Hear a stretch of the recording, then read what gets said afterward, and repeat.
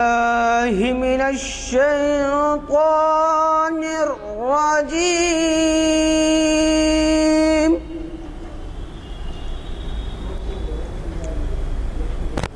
بسم الله الرحمن الرحيم.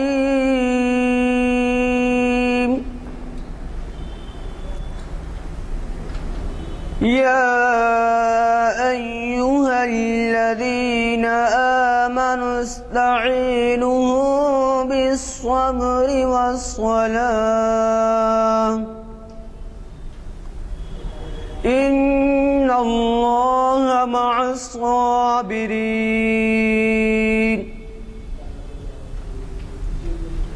ولا تقولوا لمن يقتل في سبيل الله أموات بل أحياء ولكن لا تشعرون.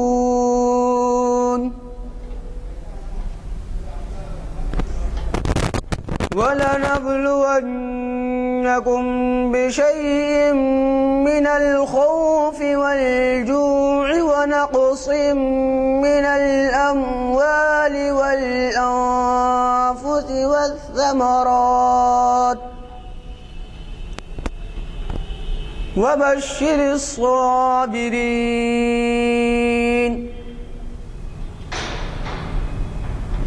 الذين إذا أصابتهم مصيبة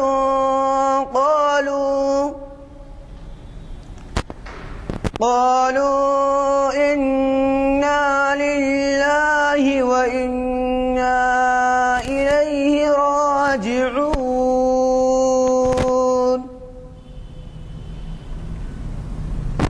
أولئك عليهم صلوات من ربهم ورحمة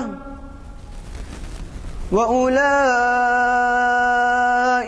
هم المهتدون. صدق الله العظيم. جیسے کہ آپ واقف ہیں، آج ہماری محفل اقبال شناسی کی 783ویں نشست ہے،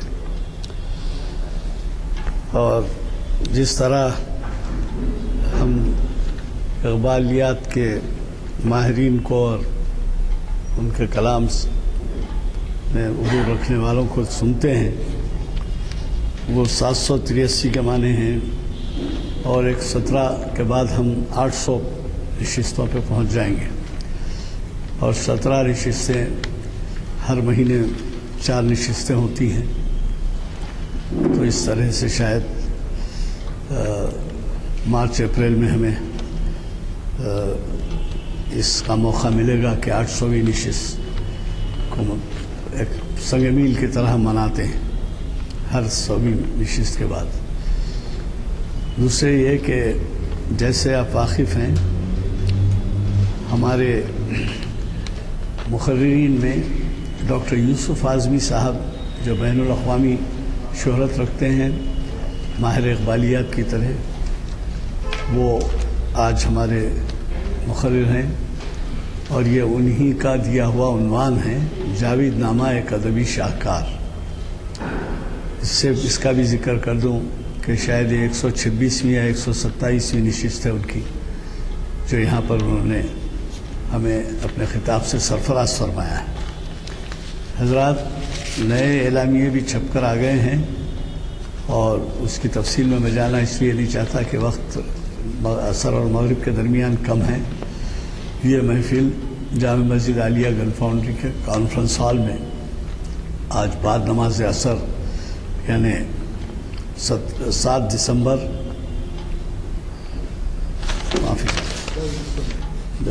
10 دسمبر 2014 مطابق، یعنی چہارشنبے کے دن مطابق 16 صفر 1436 ہجری منعقد ہو رہی ہے.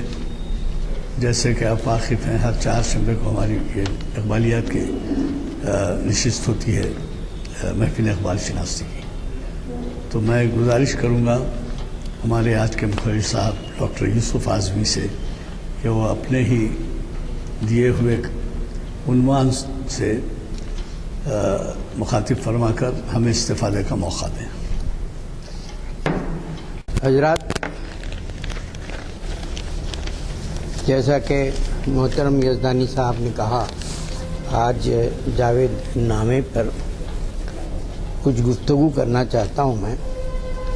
ظاہر ہے کہ یزدانی صاحب کی جو نسل تھی، یعنی جو نسل ہے کنٹینیویشن، وہ تو 85 سال کے نوجوان ہیں، لیکن ان کے پاس جو ہے فارسی کی جو ہے روایت مضبوط تھی۔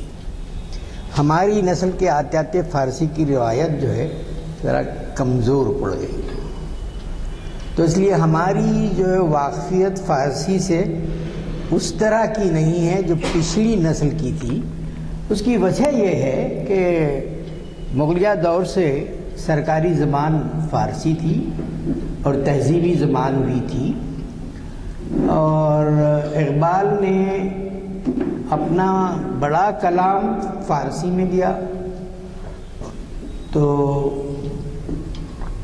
غالب نے بھی اپنا بڑا حصہ فارسی میں لکھا۔ بلکہ اقبال سے پوچھا گیا کہ آپ کیوں ایسا کر رہے ہیں، تو کیا اس کی وجہ یہ ہے کہ دوسرے علاقے جہاں فارسی بولی جاتی ہے، ایران اور افغانستان دوسرے، ان کو ذہن میں رکھ کر، یا جو ہے کچھ ایسی باتیں بھی سامنے آئی کہ اقبال نے فارسی پہ نہیں لکھا تھا۔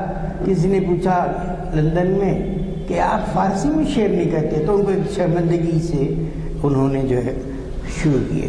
اقبال نے ان سب کی تردید کی۔ اقبال نے کہا کہ مجھے فارسی میں کہنے میں آسانی ہوتی ہے، I get the inspiration in Persian, کہ پرشین فارسی روایات کا بہت بڑا جو ہے وہ ہے۔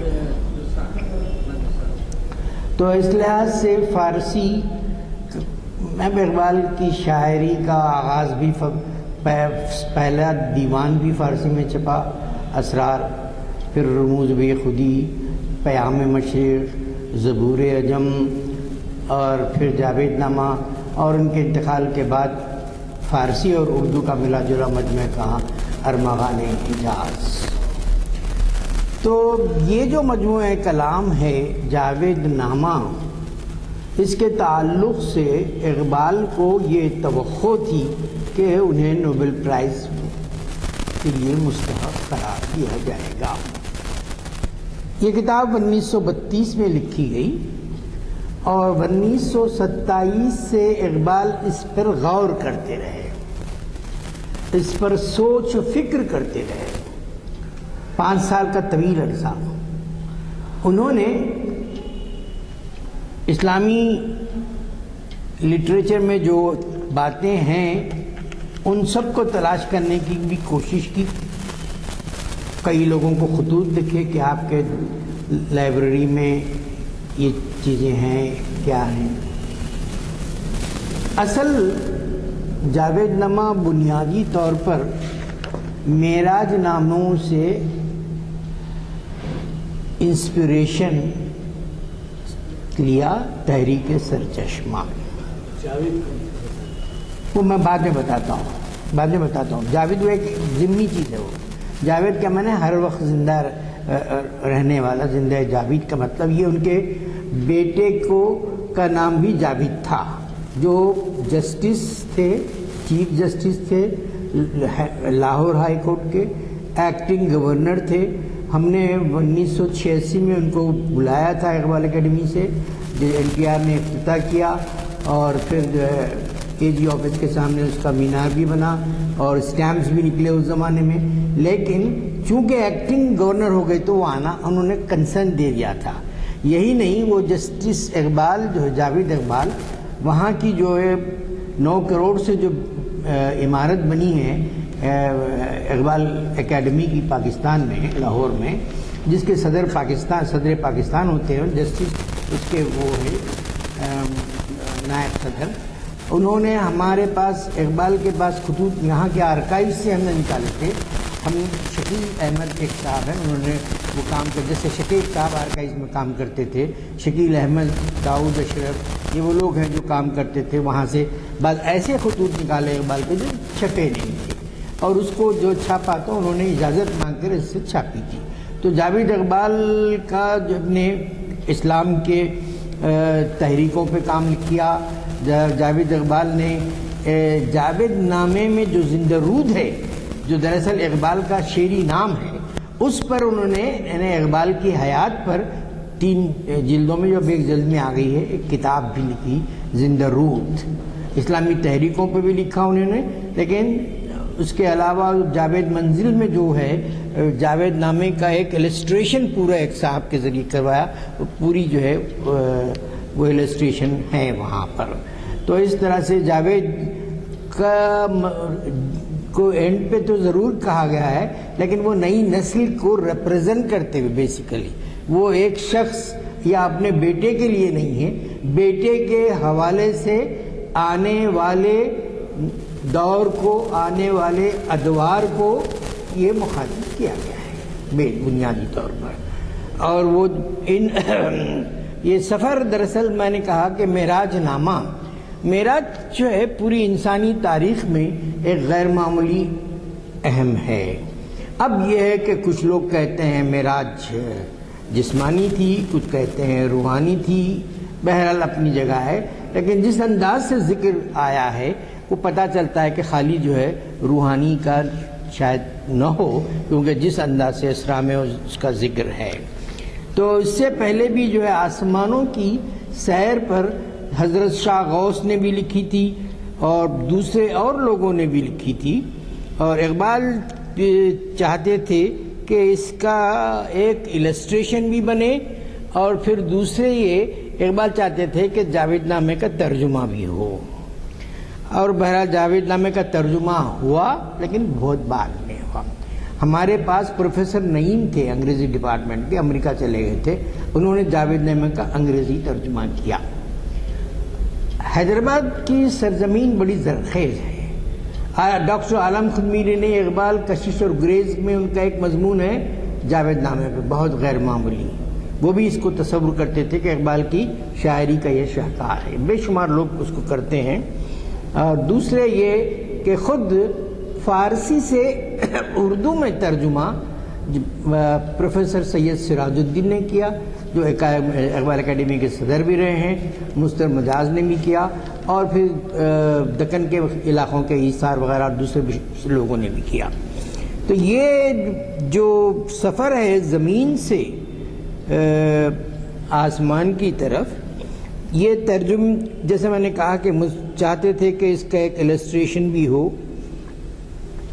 لیکن اقبال جیسا بہت بڑی شخصیت، انسائکلوپیڈیا بگ پرسنالٹی تھی ڈاکٹر سید عبداللہ پاکستان کی، اور اردو میں اسلامیات کے انسائکلوپیڈیا کا آغاز کیا گیا تھا، کئی جلدوں میں، غیر معمولی کام ہے وہ۔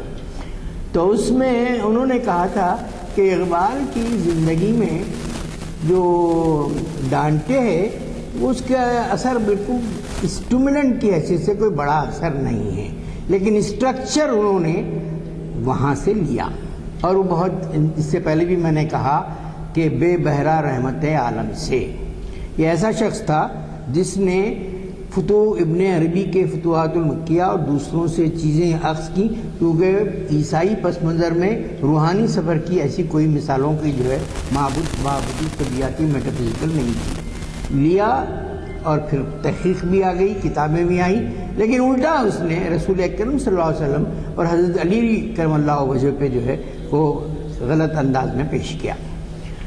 اور ایران یا کسی کے، میں نے اس سے پہلے بھی ذکر کیا کہ اٹالی میں اس کے گریو یارڈ کو جو ہے ڈائنامیٹ سے اڑا بھی دیا گیا، لیکن بہرحال اقبال نے اس کو اگنور کیا شاید کر کے جو ہے اس کا تھوڑا سا جو ہے اسٹرکچر، لیکن اسٹرکچر ضرور، لیکن یہ خود معراج ناموں کا ایک تسلسل تھا۔ اقبال نے جاوید نامہ لکھا۔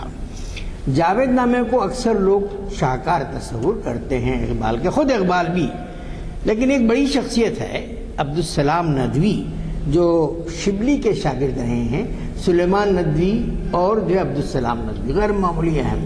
تو اقبال کامل انہوں نے لکھا، اس میں انہوں نے لکھا کہ جاوید نامے کا جو فارم ہے لکھنے کا وہ مثنوی ہے، اور وقت کے بدلتے تیور میں وہ مثنوی میں وہ جو شاعری کے اندر جو نغمگی تناؤ ٹینشنز ہونی چاہیے اس کے اندر مفقود ہے۔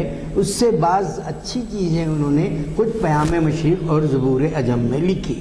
یہ ایک نقطہ نظر ہے، لیکن غالب نقطہ نظر ان کو بشمول اقبال جاوید نامے کو ادبی شاہکار تصور کرتا ہے۔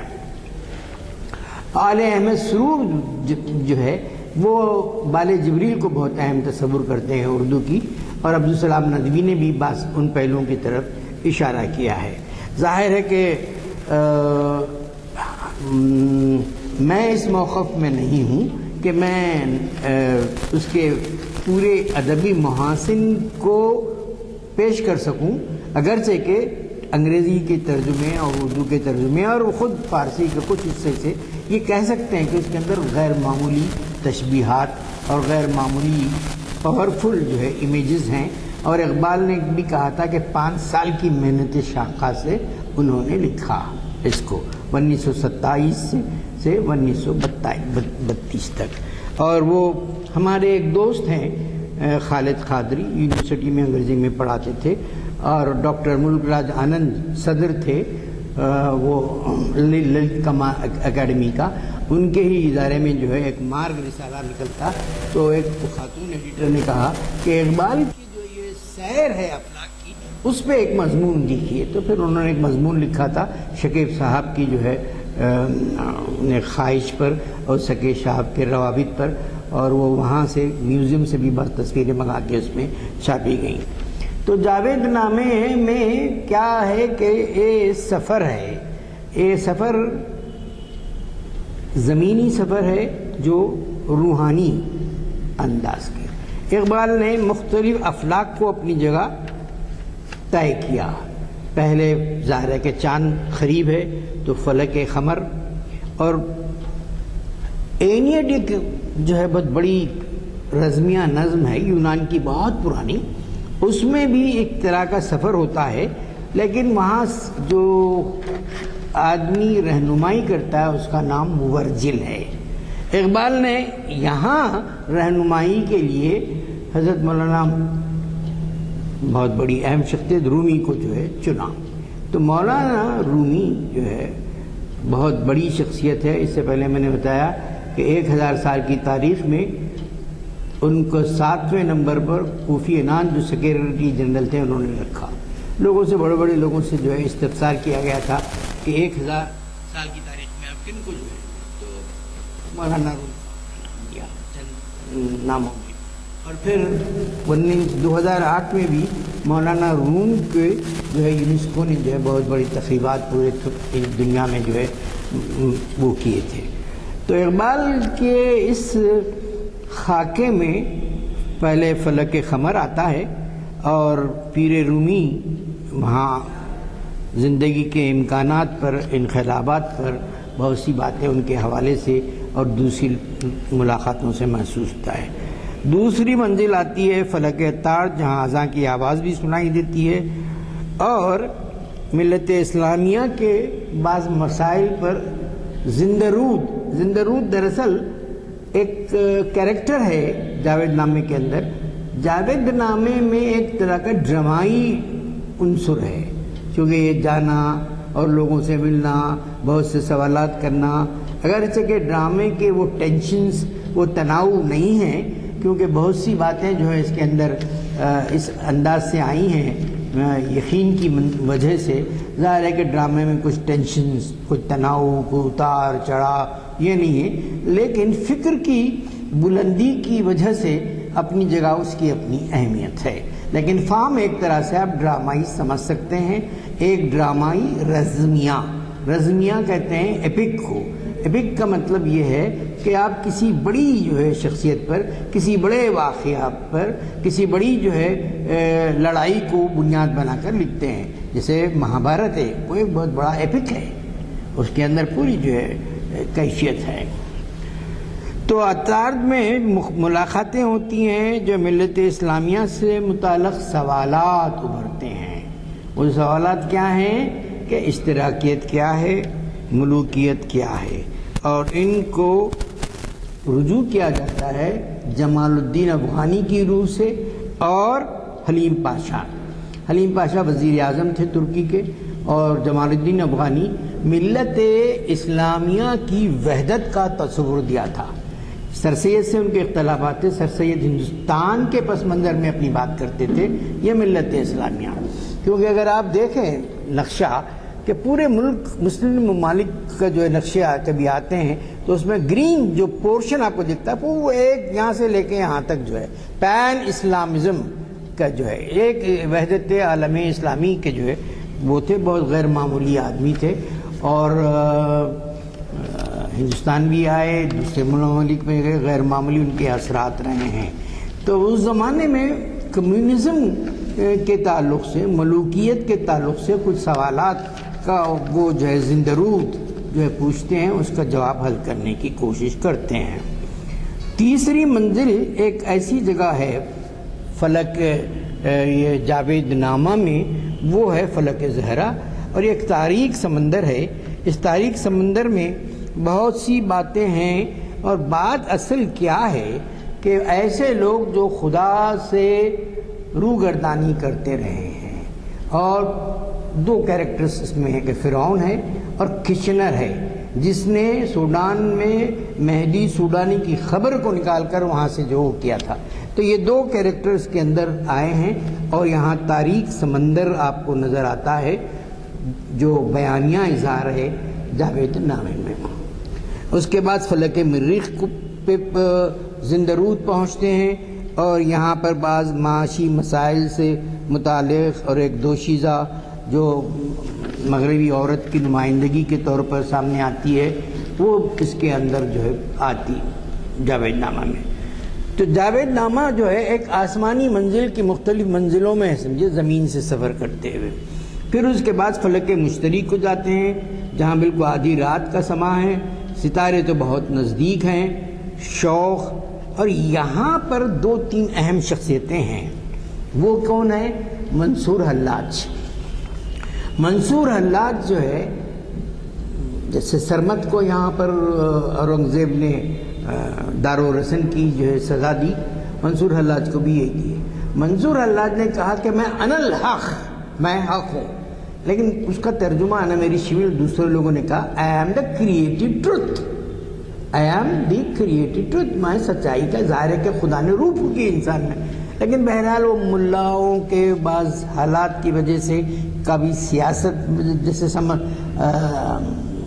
یہاں پر اورنگزیب کے دور میں دربار میں بھی جو ہے تھا، جس کی وجہ سے ان دوسروں کو جو ہے ہمارے سرمت کو جو ہے دی گئی پھانسی۔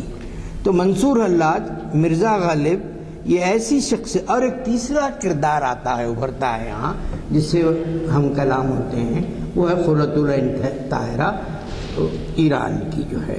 ان شخصیتوں کے اندر کیا ہے کہ محکم عمل ہونے کے باوجود آزاد پسندی ان کی ہے، آزاد پسندی، کوئی ریسٹرکشنز نہیں چاہتے لوگ۔ تو یہ علاقے میں ان تینوں سے ملاقات ہوتی ہے، اور ان کے سے پوچھتے ہیں کافی، پھر اس کے بعد آگے بڑھتے ہیں، اور آگے میں جو ہے کہیں حوروں سے ملاقات ہوتی ہے، کہیں نادر کا ذکر ہے، کہیں، اور یہ جو ملاقاتیں ہیں دراصل جو ہے ایک زندگی کے بے شمار امکانات پہ ان لوگوں سے بحث کی جاتی ہے۔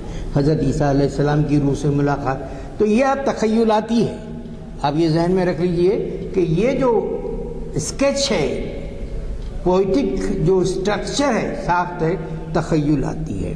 اور آخر میں جو ہے جاوید کو مخاطب کرتے ہیں، جیسے میں نے تفصیل تو بتا دی، جیسے کہ نسل نو کے لیے یہ پیغام دیا گیا ہے کہ نگاہ میں ذوق ہونی چاہیے، قلب کی گرمی ہونی چاہیے، اور عصر نو میں مادیت کے سیلاب کو کم کرنا چاہیے، کیونکہ مادیت بہت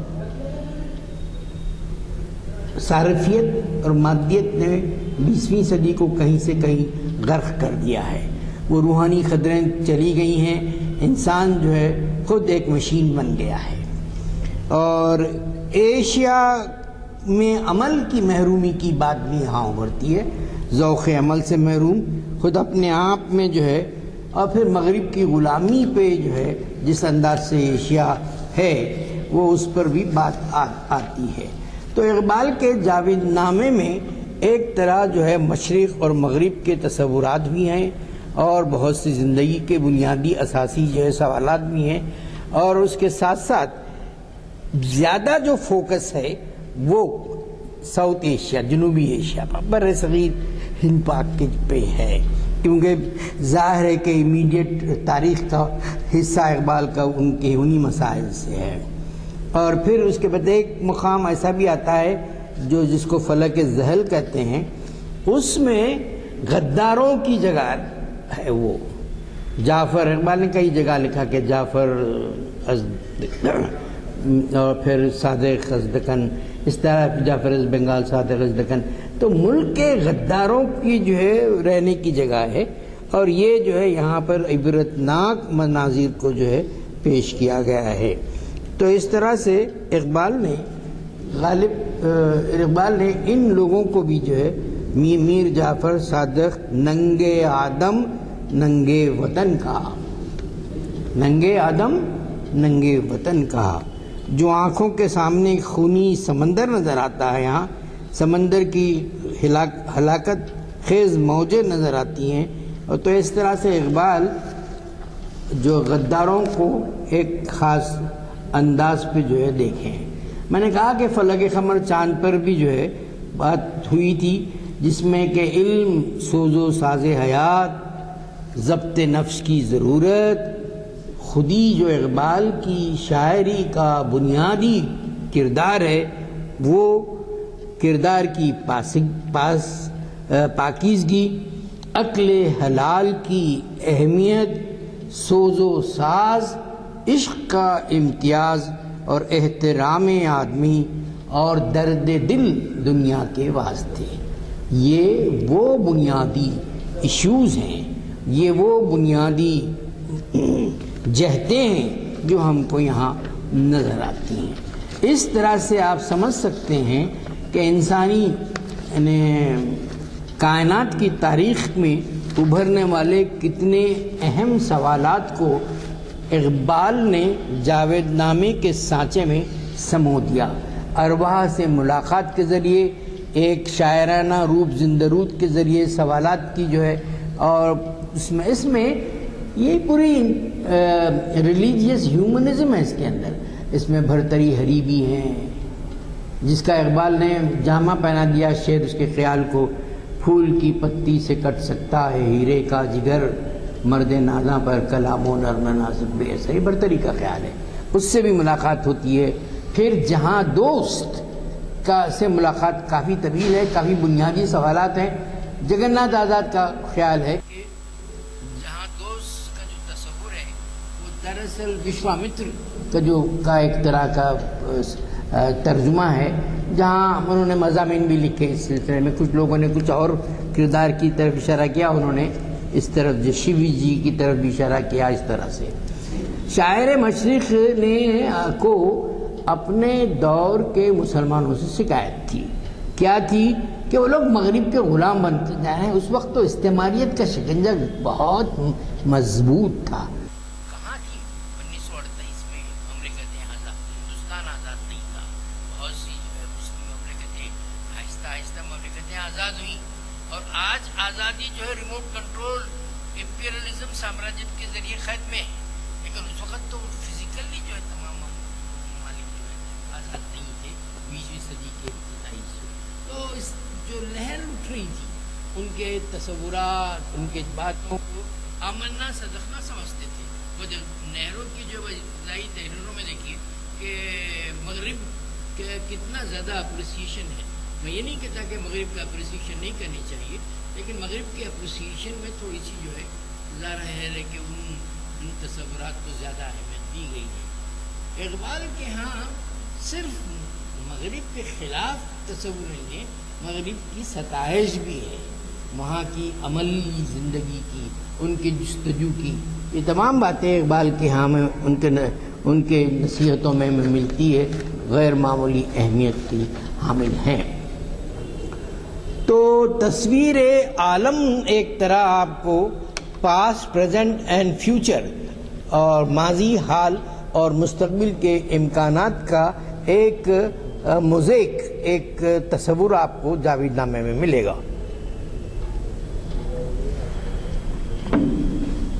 اور اس طرح سے اس میں جو ہے دراصل ایک نئے آدم کی امید کا خواب ہے کہ ایک نیا آدم ہونا چاہیے جو نئے عہد کے تقاضوں کو طے کرے۔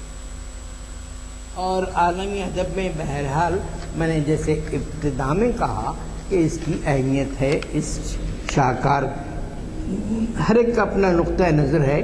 عبدالسلام ندوی نے جو بات کہی وہ امریکی تنقید نگار ایلن ٹیٹ اور ایک تنقید نگار ہے، لیکن یہ خاص طور سے ایلن ٹیٹ نے کہا کہ جب تک کہ شاعری میں غنائیت اور اس کے اندر ٹینشنز پیدا نہ ہو، شاعری کی جو نغمگی نہیں ابھرتی اور پھر تصورات کو جو ہے آگے نہیں بڑھایا جا سکتا as a masterpiece of literature.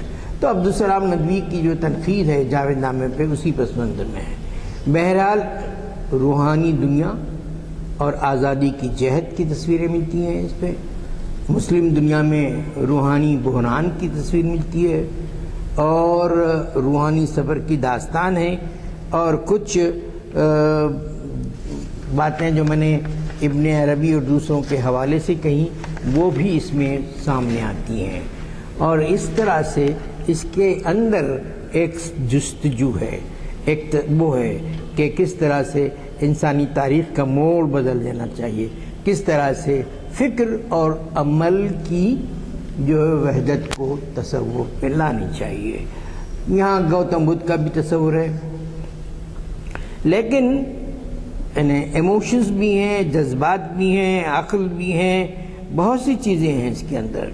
لیکن ایک بات جو یہ ہے کہ مہاتما گوتم بدھ کے ذکر پہ بہت بڑی شخصیت تھی انا میری شمل، یہاں کئی بار آئی تھی، پروفیسر انا میری شمل۔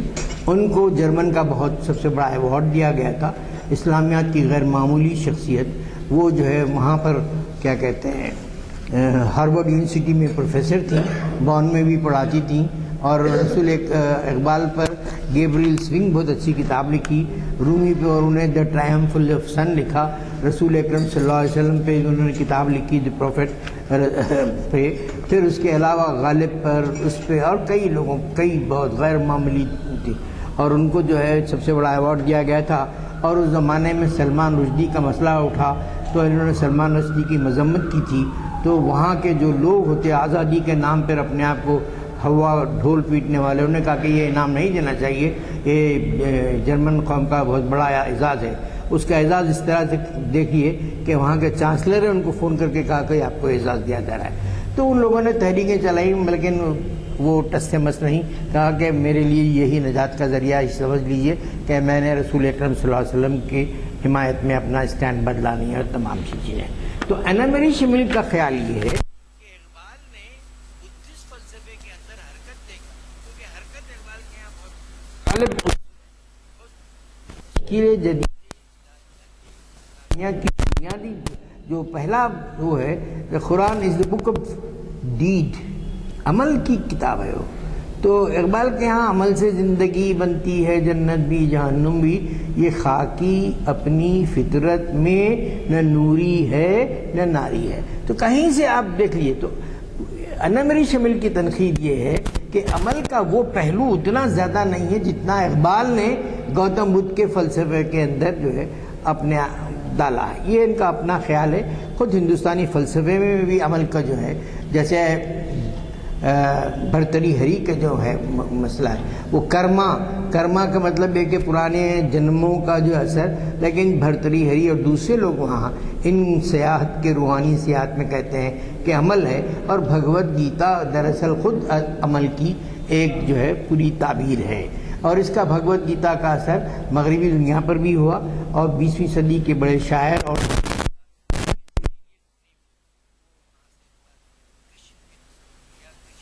تصور نے بہت لوگوں کو متاثر کیا. ہمارے پاس حسرت موہانی بھی تھے. اور کرشن کے تعلق سے اقبال نے بھی لکھا کہ he has given a philosophy of action and will. تو بہرحال یہ آنا میری شمیل کا اپنا خیال ہے. ہو سکتا ہے اردو میں بھی اقبال نے بعض ایسی نظمیں لکھی جس کے اندر جو ہے یہ انسانی تاریخ کے کچھ پہلو روشن. جب آگے درا کی ایک نظم ہے سرگزشت آدم، اور پھر انسان دوسری نظم ہے، اور کئی نظمیں ہیں. لیکن اتنے بہت بڑے کینوس پر رزمیہ انداز پر ڈرامائی پہلوؤں کو لیتے ہوئے اور اس کے اندر ابدیت کے مسائل کو چھیڑتے ہوئے، اور ظاہر ہے کہ ابدیت کے مسائل انسانی زندگی کے مسائل کے سلسلے میں ٹیپو سلطان شہید کو جو ہے کافی اہمیت کے ساتھ پیش کیا گیا. آپ جانتے ہیں کہ جب وہ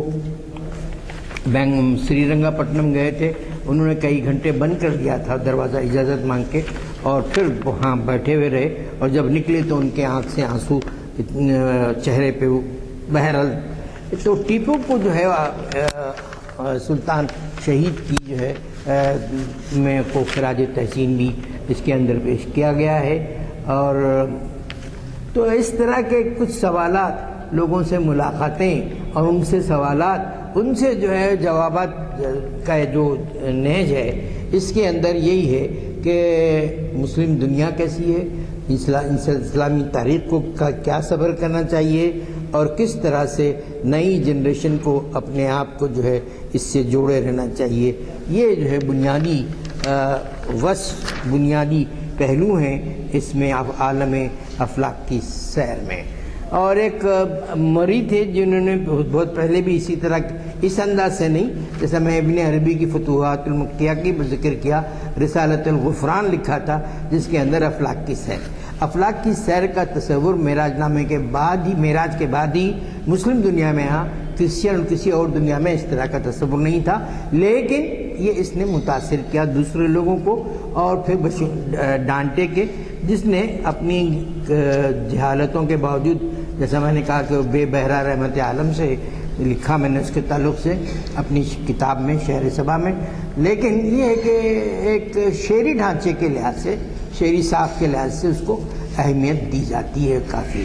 اور 20ویں صدی کے بڑے نخاع ٹی ایس ایلیٹ بھی اس کے جو ہے اہمیت تسلیم کرتے ہیں. لیکن وہ ایک یونیلیٹرل ہے، وہ ایک بیترس تھی جس کی محبت میں وہ گر گیا تھا، وہ ختم ہو گئی، اور اس کی محبت اس کو اتنا متاثر کرتی اس کے بنیاد پر. لیکن یہاں جو بنیادی سوالات جس انداز سے ابھارے ہیں وہ ایک بہت بڑا کینوس ہے. تو وہ اس بڑے کینوس میں جیسا میں نے کہا کہ آسمانی اور بہت خوبصورت ذکر ہیں بعض جگہ، کہ جیسے اقبال نے ایک جگہ کہا تھا ہنگامہ آدم سے دنیا ہے قائم جو ہے، ورنہ سورج بھی تماشائی اور تارے بھی تماشائی.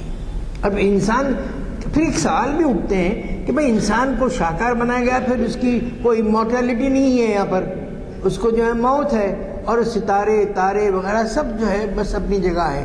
تو ایک بعض بنیادی معصومانہ انداز میں سوالات بھی اٹھائے گئے اس کے اندر، اور پھر اس کے اندر اس بات کی کوشش کی گئی کہ پھر اس میں ذکر کیا گیا کہ انسان کو جو ہے قدرت نے پہلے ہی علامہ آدم الاسماء کا جو بات ہے کہ سکھا دیے کائنات کی بہت سی چیزیں اس کو. تو اس کے اندر جو ہے مختلف انداز کی ابتدا، اور پھر اور بعد میں ابدیت کے سوال، پھر ابدیت کے علاوہ انسانی وجود کے مختلف پہلوؤں کے سوال اٹھائے گئے ہیں جاوید نامے میں. یہ جاوید نامہ جو ہے فکر کی بنیادی بہت سے پہلوؤں کے لیے کہ، اور پھر ایک مرحلے پہ زروان سے بھی ملاقات ہوتی ہے. زروان در اصل وہ ہیں کیا کہتے ہیں دیوتاک سمجھیے یا سمجھیے وہ وقت کا. تو وقت کیا ہے؟ اقبال کے ہاں بہت بڑا تصور وقت کا بھی اہم ہے، اور آئنسٹائن کے کانسیپٹ پہ انہوں نے لکھا. یہاں ڈاکٹر رضی الدین صدیقی تھے، انہوں نے جو اقبال کا تصور زمان و مکان لکھا. اور پھر میں نے کہا کہ جہاں دوست کے بھی، تو اس میں زروان کا بھی کافی ذکر ہے کہ ٹائم، زمان و مکان ہے کیا. ان بنیادی سوالات کو بھی اقبال نے اپنی شاعری کا حصہ بنایا. اور بہت جہاں دوست کے ساتھ تو بس سوالات بڑے بنیادی اٹھائے گئے کہ یہ دنیا، یہ یونیورس ہے کیا، اور آدم ہے کیا، اور خدا کے تصور کے تعلق سے. تو اس طرح سے یہ بہت بڑا کینوس ہے فلسفیانہ سرچ کا، جستجو کا، اور ندائے سروج بھی آ جاتی ہے وہاں پر، جس سے بہت سی بنیادی ایک فضا پیدا ہوتی ہے ندائے سروج. اور آگے جو ہے تحاسین بھی ہیں، جس میں عیسیٰ علیہ السلام سے اور کے علاوہ ٹالسٹائی سے گوتم بدھ کا تو میں نے ذکر کیا. تھوڑا سا تبدیلی کی کہ گوتم بدھ کی ایک رقاصہ کا بھی ذکر آتا ہے جو پروسٹیٹیوٹ رہی، رقاصہ بن گئی ہے اور تائب ہو گئی ہے. تو کہیں کہیں زندرود اپنی غزلیں بھی سناتے ہیں، غالب سے بھی غزل سنتے ہیں. پھر اخیر میں تحسین محمد آتی ہے، اور تحسین محمد کے بعد ایک ربانی الہی کیفیت کی طرف بات آتی ہے، جہاں حوروں سے بھی ملاقات کہتے ہیں. حوروں کے اصرار پر زندرود اپنی نظم بھی سناتا ہے. اور اس طرح سے اس کا جو اسٹرکچر ہے پورا، یہ ایک بہت بڑا کینوس ہے انسانی تاریخ کا. مذہب صرف ایک جامد چیز نہیں ہے، بلکہ ایک کریٹیو ڈائمنشن ہوتا ہے. وائٹ ہیڈ ایک بڑا فلسفی تھا 20ویں صدی کا، جو برٹن رسل کے ساتھ تھا. تو وہ یہ کہتا ہے کہ دا ایجز آف ریزن اور دا ایجز آف فیتھ. اصل انسانی تاریخ میں جب فیتھ، یقین کی کیفیت کی جو ہے، وہ دراصل اصل ریزن کا عہد بھی وہی رہے ہیں. تو ریلیجن اور فیتھ یہ دو ایسے اصطلاحات ہیں جن کو ہم الگ الگ وسیع تر معنوں میں دیکھتے ہیں. اقبال ایک فلسفی بھی تھے، شاعر بھی تھے، اور اسلامی بلکہ مذہبی مفکر بھی تھے. لیکن ان کی مذہبی فکر جامد نہیں تھی پوری انسانی تاریخ کے پس منظر میں. اصل ہم تو دین حنیف کا ایک حصہ ہیں. تو اس طرح سے بہت سی باتیں انہوں نے پیش کی، اور سیکولرزم کے ان بعض مسائل کو بھی اٹھایا، اور دوئی جسم اور جان کی دوئی پر بھی انہوں نے جو ہے وہ اعتراض کیے. آپ جیسا کہ آپ جانتے ہیں، شخصیت کی تعمیر میں خودی کا تصور اقبال کا بڑی بنیادی اہمیت کا حامل ہے، اور یہاں خودی کے تصور بھی ہیں. اسرار سے ارمغان تک ان کی کتابوں کے اندر ہر جگہ آپ کو خودی کے تصورات ملیں گے. اور پھر علم اور نالج اینڈ وزڈم. نالج تو ایکیومولیشن ہوتا ہے علم کا، لیکن اس کا صحیح استعمال دراصل وزڈم، حکمت ہے. اقبال نے کی اردو شاعری غیر معمولی ہے، اور کئی لیکچرز پہ میں نے شاعری کے بہت سے پہلوؤں پر اشارے دیے، تفصیل بنائی. اور پھر اسی طرح سے فارسی بھی. ہرمن ہیس بہت بڑے جرمن کے رائٹر تھے. انہوں نے سدھارتھ کتاب لکھی، ان کو نوبل پرائز ملا تھا. اور انمری شمیل کی جو ہے جرمن میں جاوید نامہ کا جو ٹرانسلیشن ہے اس کا دیباچہ لکھا. اس دیباچے کے اندر انہوں نے لکھا کہ اقبال کے ہاں 3 اقلیم ہیں، ایک ہندوستانی، دوسری اسلامی، تیسری مغربی دنیا. یہ تینوں کے ایک طرح کا کریٹیو کمبینیشن، تخلیقی جہد آپ کو ملتی ہے اقبال کے ہاں. ایک ایسا موزیک ہے جس کے اندر کئی احساسات کا جو ہے ایک خوبصورت امتزاج ملتا ہے. اس میں آج آپ کے سامنے کی دنیا بھی ہے، اور آگے مابعد طبیعتی دنیا، metaphysical world, beyond this real, خدا، کائنات، جنت، دوزخ. تو اس طرح کی بہت سی چیزیں آپ کو ان کے یہاں ملتی ہیں. اور اقبال نے ایک طرح کا ریلیجیس ہیومنزم کا تصور بھی دیا، میٹافزیکل ہیومنزم کا بھی تصور دیا. انسانی تہذیبوں کا ایک امتزاج، موزیک کا ایک نقشہ جیسے کینوس پر آرٹسٹ پیش کرتا ہے، وہ پیش کیا اس کے اندر. عصر جدید میں کمپیریٹیو ریلیجنز کی بھی اہمیت بڑھ گئی، کمپیریٹیو تقابلی لٹریچر کی اہمیت بڑھی، کیونکہ اس سے بعض نئی باتیں سامنے آتی ہیں. اقبال کا یہ جو جاوید نامہ ہے ایک طرح کمپیریٹیو وہ ہے تاکہ ری ڈسکور کر سکیں اپنے آپ کو. مذہبی مسلک انسانیت سے جڑے ہوئے مشرق اور مغرب کی دنیاؤں کو پیش کرنے والے اقبال دراصل ایک ایسی اسلامک ماڈرنزم کے قائل تھے. ہم جو ہے ماڈرنزم کو مغرب سے جوڑ دیتے ہیں، ہاں غلط ہے. مغربیت الگ ہے اور جدیدیت الگ چیز ہے. ہم بھی جدید ہیں، اور لیکن ہماری جدیدیت کی اساس کچھ الگ ہے. اور اس طرح سے اقبال نے اس مجموعہ کلام میں انسان کی جو ہے بہت سی آدم علیہ السلام کے جو ہے نکلنے کے واقعے کو بھی یہ اس انداز سے سزا کے طور پہ بجائے وہ یہ تصور کرتے ہیں کہ انسان کو جو حق دیا گیا تھا آزادی کا اس نے پہلی دفعہ اس کا استعمال کیا. تو یہ جنت ارضی سے نکالے جانے کا تصور دراصل سزا نہیں ہے بلکہ انسان کی پہلی آزادی کا صحیح استعمال ہے. تو اسلامی تہذیبوں کے پس منظر میں، تاریخ انسانی کے پس منظر میں، اور پھر خوبصورت تشبیہات، تصورات، فکر کی پرچھائیاں سب مل کر جاوید نامی کو بہت اہم بناتی ہیں عالمی ادب میں.